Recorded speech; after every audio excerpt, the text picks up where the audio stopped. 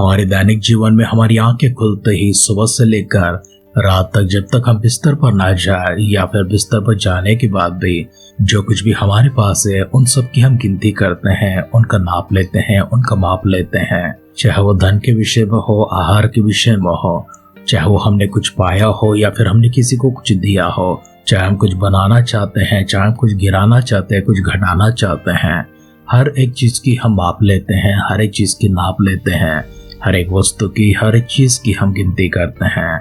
हमने जो कुछ भी सीखा है उसको भी देखते हैं, हमने जो कुछ भी दिया है उससे भी देखते हैं, हमने जो कुछ भी पाया है उससे भी देखते हैं। नाप माप की हमारी जीवन है, गिनती की हमारी जीवन है। हम हर एक चीज को गिनते रहते हैं, नापते रहते हैं, मापते रहते हैं। कभी हम अपनी गिनती करते हैं तो कभी कोई और हमारे पास जो कुछ है उसकी गिनती करने लगते हैं। कभी हम अपनी परीक्षा करते हैं तो कोई और हमारी परीक्षा करने लगते हैं। हम पढ़ाई करते हो, कोई शिक्षा को प्राप्त करते हो, तालीम को प्राप्त करते हो, उन सब की परीक्षा होती है। हमारी कौशल, हमारी प्रतिभा, हमारी हुनर जिसे हमने बनाया है, वृद्धि किया है, उसको कोई और नापते हैं, कोई और मापते हैं। हम किसी प्रतियोगिता में जाते हैं या फिर हम किसी परीक्षा में बैठते हैं, हर एक चीज की वहाँ पर परीक्षा होती है और परीक्षा में ये अंक दिए जाते हैं कि हमने जो कुछ सीखा है, जो कुछ किया है। परीक्षा के मापदंड और प्रतिफल के मापदंड से हमारे अंक दिए जाते हैं। कभी हम उसके करीब जाते हैं, कभी बिल्कुल पूरे जाते हैं या फिर कभी हम उसमें घट जाते हैं। हमारी अध्ययन राजा सुलेमान के पास चल रही है, जिस सुलेमान को हमने न केवल परमेश्वर के भक्त के रूप में, न केवल राजा के रूप में, परंतु सबसे ज्ञानी और सबसे धनवान के रूप में देखा है। आइए हमारे अध्ययन को हम वहीं पर लेकर चलते हैं। हम वहां से कुछ बातों को गौर करेंगे। परमेश्वर ने किस तरह से सुलेमान की प्रार्थना सुनी है और परमेश्वर ने कैसे अपने स्वर के वरदान उनको ज्ञान प्रदान किया है और इस ज्ञान की चर्चा किस तरह से राज्य में फैल चुकी है और देश देश के लोग उसे सुनकर उसे देखने के लिए आने लगे हैं। हम कुछ और ज्ञानी को वहां पर देखने जा रहे हैं। उनमें से सबसे उत्तम ज्ञानी निकल आते हैं सुलेमान। वे सब कौन है, उनके नाम क्या है और सुलेमान किस तरह से उन सब में उत्तम ठहराया जाता है, कैसी परीक्षा में बैठता है। वहां पर जाने से पहले आइए हम अपने आप को परमेश्वर के हाथों में समर्पण करेंगे। सर्वशक्तिमान परमेश्वर की दिव्य आश्रय में अपने आप को लेकर जाएंगे। हम अपने आप के लिए भी दुआ करेंगे ताकि परमेश्वर हमें भी ऐसे ज्ञान से, ऐसी समझ से भर दे जिस प्रकार का ज्ञान परमेश्वर ने सुलेमान को दिया था। आइए हम मिलकर अपने सिरों को झुकाएंगे, आंखों को बंद करेंगे, स्वर की ओर देखकर छोटी सी प्रार्थना करेंगे। पिता परमेश्वर, हम आपका धन्यवाद करते हैं, हम आपकी स्तुति करते हैं, आराधना करते हैं। एक और सुंदर सा समय जो आपने हमारे जीवन में सौभाग्य के रूप में दिया है कि नए दिन को देख सके, आपके दिव्य सानिध्य में आ सके, आपकी उपासना कर सके, आपकी महिमा कर सके। हमारे सारे परिजनों को फिर से एक बार आपकी नजरों में समर्पण करते हैं। सारी आवश्यकता परमेश्वर स्वर के भंडारों को खोलकर उन तक पहुंचाए। सारे कमजोरी को दूर कर दीजिए, हर बीमारी को, हर रोग को दूर कर दीजिए, बेरोजगारी समस्या को हटा दीजिए, निर्धन स्थिति को हटाकर परमेश्वर सभी को प्रभु जी समृद्ध आहार देने के लिए, समृद्ध धन देने के लिए, समृद्ध परमेश्वर आशीर्वाद उन तक पहुंचाने के लिए प्रार्थना करते हैं। ज्ञान के लिए, समझ के लिए, पवित्र आत्मा का अभिषेक के लिए दुआ करते हैं। परमेश्वर इसी समय हमारे पर अपनी आत्मा को उंडेल लिए, हमसे बातें कीजिए, सामत से भर दीजिए और अपनी महिमा को प्राप्त करें। दुआ को सुनकर दिए उत्तर के लिए धन्यवाद करते हुए हमारे उद्धारकर्ता, हमारे प्रभु यीशु मसीह के नाम से इस प्रार्थना को मांगते हैं। सुन और कबूल कर पिता। आमेन, आमेन, आमेन। आध्यात्मिक जीवन की दैनिक खुराक सुन रहे हमारे सारे प्रिय श्रोताओं को, परमेश्वर के प्रिय भक्त गणों को प्रभु यीशु मसीह के नाम में प्यार भरा जय मसीह की सुप्रभातम और सुबोधन कहते हुए हम सबका मनपसंद ध्यान केंद्र आध्यात्मिक जीवन की दैनिक खुराक में और इस नए दिन में आप सबका स्वागत करते हैं। हमारी अध्ययन राज्यों का पहला ग्रंथ 10वां अध्याय में चल रही है। आइए उसका पहला वचन से पढ़ते हुए हमारे ध्यान को आगे बढ़ाएंगे। जब शीबा की रानी ने यहोवा के नाम के विषय सुलेमान की कीर्ति सुनी, तब वह कठिन कठिन प्रश्नों से उसकी परीक्षा करने को चल पड़ी। वह तो बहुत भारी दल और मसालों और बहुत सोने और मनी से लदे ऊंट साथ लिए हुए यरूशलेम को आई और सुलेमान के पास पहुंचकर अपने मन की सब बातों के विषय में उससे बातें करने लगी। सुलेमान ने उसके सब प्रश्नों का उत्तर दिया। कोई बात राजा की बुद्धि से ऐसी बाहर न रही कि वह उसको ना बता सका। जब शीबा की रानी ने सुलेमान की सब बुद्धिमानी और उसका बनाया हुआ भवन और उसकी मेज पर का भोजन देखा और उसके कर्मचारी किस रीति बैठते और उसके टहलुए किस रीति खड़े रहते और कैसे कैसे कपड़े पहने रहते हैं और उसके पिलाने वाले कैसे हैं और वह कैसी चढ़ाई है जिससे वह यहोवा के भवन को जाया करता है। ये सब जब उसने देखा था तब वह चकित हो गई।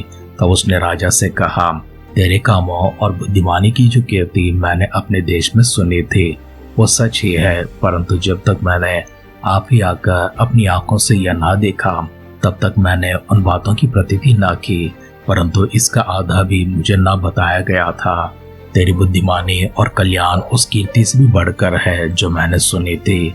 धन्य है तेरे जन, धन्य है तेरे सेवक जो नित्य तेरे सम्मुख उपस्थित रहकर तेरी बुद्धि की बातें सुनते हैं।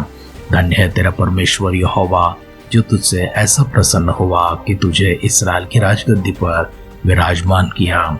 यहोवा इस्राएल से सदा प्रेम रखता है, इस कारण उसने तुझे न्याय और धर्म करने को राजा बना दिया है। और उसने राजा को 120 किकार सोना, बहुत सा सुगंध द्रव्य और मणि दिया। जितना सुगंध द्रव्य शीबा की रानी ने राजा सुलेमान को दिया उतना फिर कभी नहीं आया। राजाओं का पहला ग्रंथ 10वां अध्याय का पहला वचन से लेकर 10 वचन तक हमने पढ़कर सुना है। हमने पठन किया हुआ इस लेख में शीबा की रानी को देखते हैं।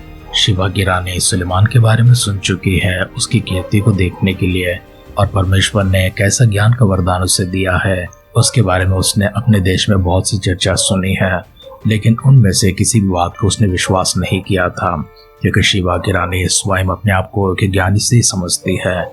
इसलिए जब उसकी कीर्ति सुलेमान की कीर्ति से घटती हुई नजर आई तब उसने निर्णय किया अपनी आंखों से जाकर देखे और जाकर अपने मुंह से अपने मन में जितने भी प्रश्न हैं, जितने भी विषय हैं, उन सारे विषयों के बारे में सुलेमान से पूछे, उससे कठिन से कठिन प्रश्न करे और उसका भेद वह जानता है या नहीं उसे परखने के लिए, उसकी परीक्षा करने के लिए निकल आती है।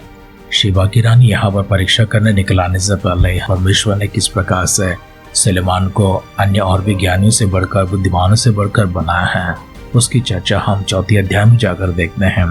राजाओं का पहला ग्रंथ 4 अध्याय का 30वां वचन देखते हैं। और सुलेमान की बुद्धि पूर्व देश के सब निवासियों और मिस्र की भी बुद्धि से बढ़कर बुद्धि थी। वह तो सब मनुष्यों से वरन एतान, इजरही, हेमान और माहौल का पुत्र कहलोल और दरदा से भी अधिक बुद्धिमान था। उसकी कीर्ति चारों ओर की सब जातियों में फैल गई। हमने राजा सुलेमान को यहाँ पर देखा है, उसकी कीर्ति चारों ओर फैल चुकी है, लेकिन यहाँ पर जो सुलेमान की तुलना की जाती है पूर्व देश के सब निवासियों में से मिस्र के सब बुद्धिमानों से भी बढ़कर सुलेमान की बुद्धि अधिक थी। इतना ही नहीं, यहाँ पर 5 लोगों का नाम और दिया गया है, एतान, इजरही, हेमान, मालोल का पुत्र कलकोल और दरदा। जिन 5 व्यक्तियों के नाम यहाँ पर दिए गए हैं इनको हम ज्ञानी मनुष्यों के रूप में, बुद्धिमानों के रूप में देखेंगे। इनके नामों की चर्चा यहाँ पर इसलिए की गई है क्योंकि वे पूर्व देश में और मिस्र देश में जितने भी ज्ञानी थे उन सब में ज्ञानी लोग थे। अर्थात ये हुआ है जिस तरह से शीबा की रानी ज्ञान की परीक्षा करने सुलेमान के पास आई थी, उस प्रकार से इनकी भी ज्ञान की परीक्षा हो चुकी है और इन 5 को मानव विजेता घोषित कर दिया गया है। बुद्धिमानियों की संख्या में, ज्ञानियों की संख्या में सबसे अव्वल नंबर में 5 अंकों पर रहने वाले 5 मनुष्यों को देखा है। और साथ ही साथ दूर देश से शीबा की रानी भी आती है और उसकी भी ज्ञान की चर्चा, उसके पास ज्ञान की कमी नहीं थी, इसलिए वह सबसे ज्ञानी मनुष्य की ज्ञान का परीक्षा करने के लिए आती है। वो कोई साधारण सी स्त्री नहीं थी, उसकी ज्ञान कोई छोटा सा ज्ञान नहीं था, उसकी भी ज्ञान बहुत बड़ी थी और इसी कारण से वह अपने देश से चलकर इतने दूर आती है, यरूशलेम पहुंच जाती है और आते समय अपने साथ भारी दल लेकर आती है, मसाले लेकर आती है, बहुत सा सोना और मणि लेकर आती है। इन सबों को ऊंटों पर चढ़ाकर वो यरूशलेम तक पहुंचाती है। सुलेमान के सामने बैठकर उसने कठिन से कठिन प्रश्न सुलेमान से किया था। सुलेमान ने हर एक विषय का, ऐसा कोई विषय नहीं था जहाँ पर सुलेमान ने कहा हो कि मैं नहीं जानता, परंतु हर एक विषय का उसने उत्तर दिया है। सारी बातों का उत्तर पाने के बाद रानी ने कहा है, मैंने जब अपने देश में तेरी कीर्ति की चर्चा सुनी थी उस पर मैंने प्रतिदिन नहीं की, अर्थात मैंने विश्वास नहीं किया था, परंतु मैं अपनी आंखों से देखने के लिए चलकर यहाँ पर आए हूँ। लेकिन यहाँ पर चलकर आने के बाद अपनी आंखों से जो कुछ भी देखा है उसका आधा भी मुझसे बताया नहीं गया था। जो मुझसे बताया गया था बहुत कम था, जो मैंने आकर यहाँ पर देखा है वो बहुत ही अधिक है। सुलेमान किस प्रकार से अपने सेवकों को, अपने टहलुओं को, अपने पहरेदारों को, अपने सैनिकों को, हाकिमों को रखा है, प्रधानों को रखा है, मंदिर को बनाया है, भवनों को बनाया है, महलों को बनाया, मिलों को बनाया है। इतना ही नहीं, उनकी मेज के ऊपर जो भोजन है उससे भी देखने के बाद वो चकित रह गई थी। सुलेमान की हर प्रकार की कारीगरी को देखा है, हर प्रकार की बुद्धि की, प्रवीणता की, सारे विषयों को देखा है, हर मनुष्य को देखा है। परमेश्वर के भवन में वो किस प्रकार से, कैसी ऊंचाई पर वो चढ़कर जाता है, उससे भी देखा है।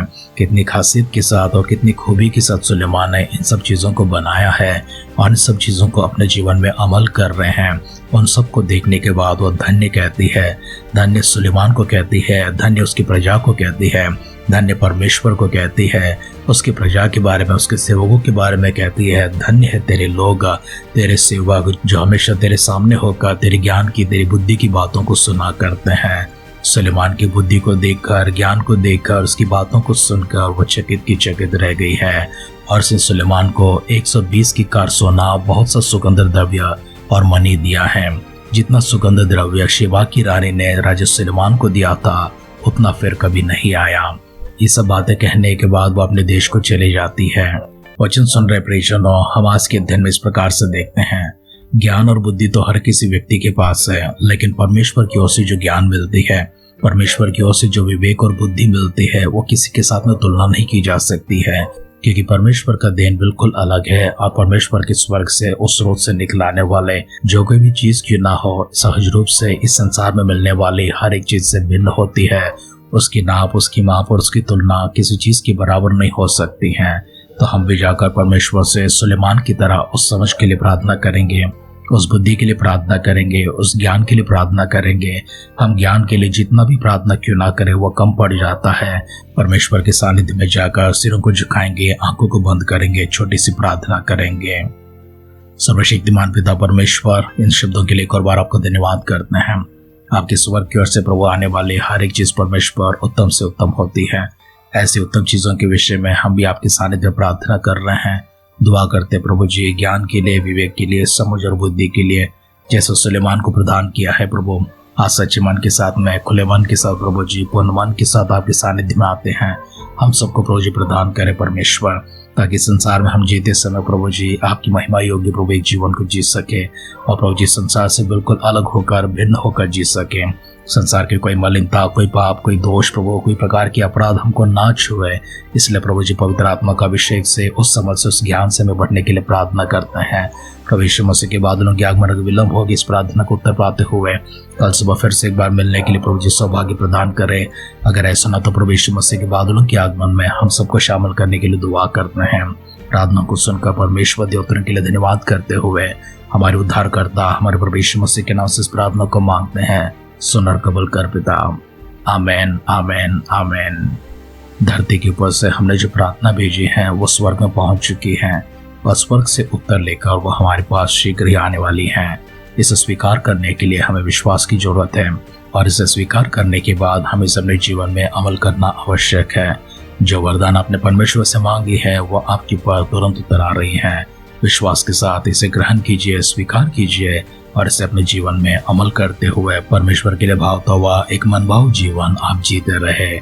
हमारी सी दुआ कामना के साथ आज के ध्यान पर समाप्त करते हैं। आप सुनते रहिए, सुनाते रहिए आध्यात्मिक जीवन की दैनिक खुराक। कल फिर मिलेंगे। अपना ख्याल रखिए, अपनों का ख्याल रखिए, दूसरों का भी ख्याल रखिए। God bless you.